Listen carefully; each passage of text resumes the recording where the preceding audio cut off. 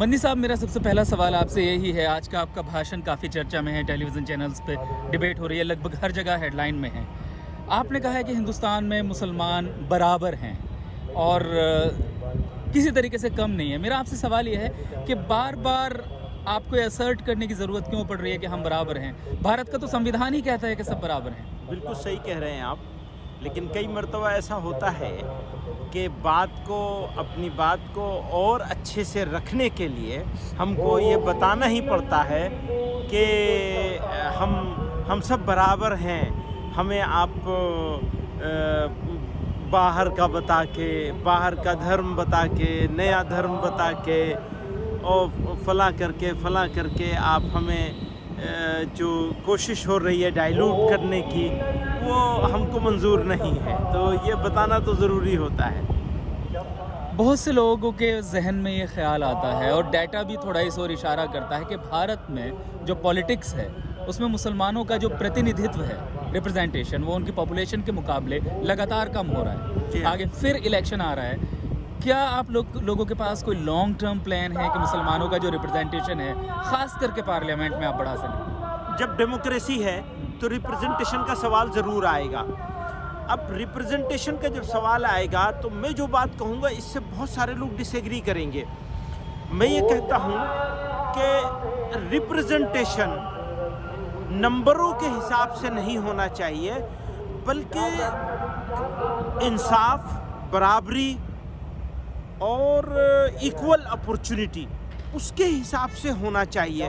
मान लीजिए नंबर मुसलमानों के कम रहे, थोड़ी देर को आप ये माने मुसलमानों का नंबर भी बढ़ जाए तो कोई हर्ज नहीं, लेकिन अगर कम रहे और नाइंसाफ़ी ना हो, इक्वल अपॉर्चुनिटी हो, अनजस्ट न किया जा रहा हो और एक ख़ास सोच को मुल्क में लाने की कोशिश न की जा रही हो, जुडिशरी अपना काम ठीक से कर रही हो, एडमिनिस्ट्रेशन अपना काम ठीक से कर रहे हो, लेजिस्लेचर्स अपना काम ठीक से कर रहे हो, तो अगर वो कमी होगी भी तो कुछ खलेगी नहीं। एक सवाल ये भी उठता है, जहां हम रामलीला मैदान में खड़े हैं, यहाँ से कई बार हिंदू राष्ट्र की मांग उठी है और बहुत से लोग ये मानते हैं कि भारत धीरे धीरे हिंदू राष्ट्र की तरफ बढ़ रहा है। तो अगर भारत उस दिशा में जाता है, मुसलमान अपने आप को कहाँ देखते हैं? देखिए, ये एक मुश्किल सवाल है और एक साथ सारे सवालों को एड्रेस करना मुश्किल है। हम ऐसा समझते हैं कि पहले उनको तय करना चाहिए, डिमांड करने वालों को, कि भारत राष्ट्र, हिंदू राष्ट्र का मतलब क्या है। अगर वो ये डिफाइन कर दें कि हिंदू राष्ट्र होगा तो ये होगा, ये होगा और ये होगा, तो हमें जवाब देना आसान हो जाएगा कि फिर हम क्या करेंगे और क्या नहीं करेंगे। आज के दौर में जो भारत के मुसलमानों के हालात हैं, उनकी पहचान पर, उनके जो रिप्रेजेंटेशन है उस पर, एजुकेशन पर, अभी मिनिस्ट्री ऑफ माइनॉरिटी अफेयर्स ने मदरसों का बजट कम किया, तो हर तरीके से कहीं ना कहीं ये फीलिंग आती है देख करके कि मुसलमान साइडलाइन हो रहे हैं और बहुत से लोग ऐसा कहते हैं। क्या आपको भी कभी एहसास होता है? बहुत सारी शिकायतें हैं और ये शिकायतें अक्सर शिकायतें जायज़ हैं। एडमिनिस्ट्रेशन का भी रवैया, जो मैंने बार बार कह रहा हूँ जिसको, तो बहुत सारी शिकायतें हैं हमारी। इन शिकायतों के बावजूद होपलेसनेस नहीं, मेरी जमात में, मेरी ऑर्गेनाइजेशन में और हमारे जैसे सोचने वाले लोगों को लॉट ऑफ कंप्लेंट्स होने के बावजूद मुल्क में, मुल्क के सिस्टम में, मुल्क के लोगों के साथ बहुत सारी होप भी। आपने मोहन भागवत जी के लिए कहा, आरएसएस के लिए कहा है कि आइए हमसे बात करिए। अगर वो आते हैं तो क्या बात करेंगे? स्टार्ट हुआ हुआ है ऑलरेडी।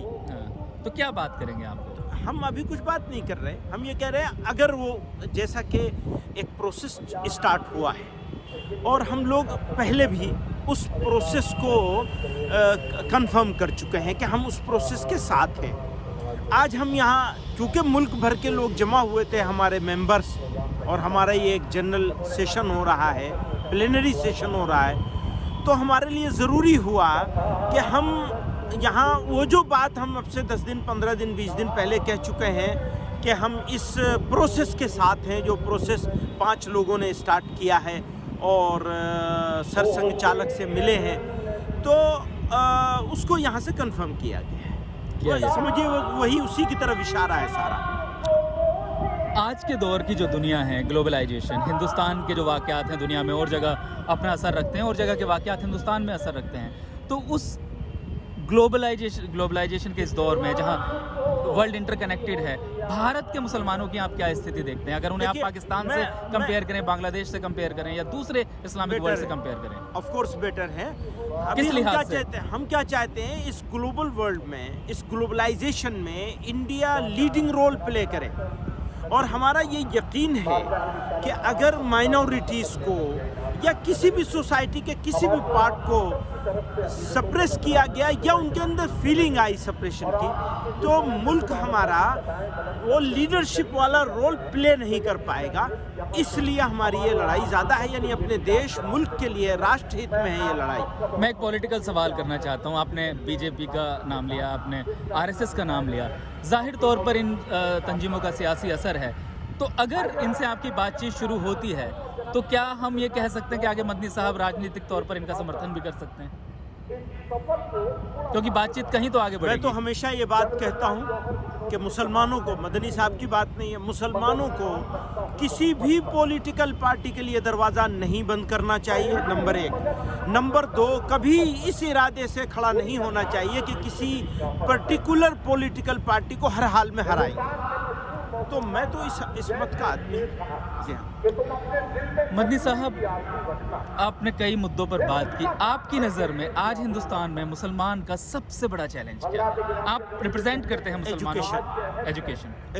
क्या उस दिशा में पर्याप्त काम हो बच्चियों रहा की है? एजुकेशन, बच्चों की एजुकेशन अभी हम लोगों ने मदरसों के लिए शुरू किया है NIOS के साथ, और 7,000 से ज़्यादा बच्चे कुछ 18 महीनों के अंदर इनरोल हो चुके हैं। कई हज़ार 10th का एग्ज़ाम भी दे चुके हैं, और ये 50,000 तो हम अगले 2-3 सालों में पहुंचाने का इरादा किया हुआ है। इसके अलावा हम एक रेजोल्यूशन लाने वाले हैं लड़कियों के लिए एजुकेशनल इंस्टीट्यूशंस बनाने के, डिग्री लेवल के और हायर एजुकेशन के। बस मैं आपसे आखिरी सवाल करूंगा, जो इस्लामिक पहचान वाली जगह हैं जैसे मथुरा मस्जिद हुई या इस तरीके की जो धार्मिक पहचान वाली चीज़ें हैं, इनको लेकर जो आजकल चल रहा है, हाँ, ये अदालतों में मामले जा रहे हैं, ये मुनासिब नहीं है, इससे बचना चाहिए। मेरा ये शुक्रिया।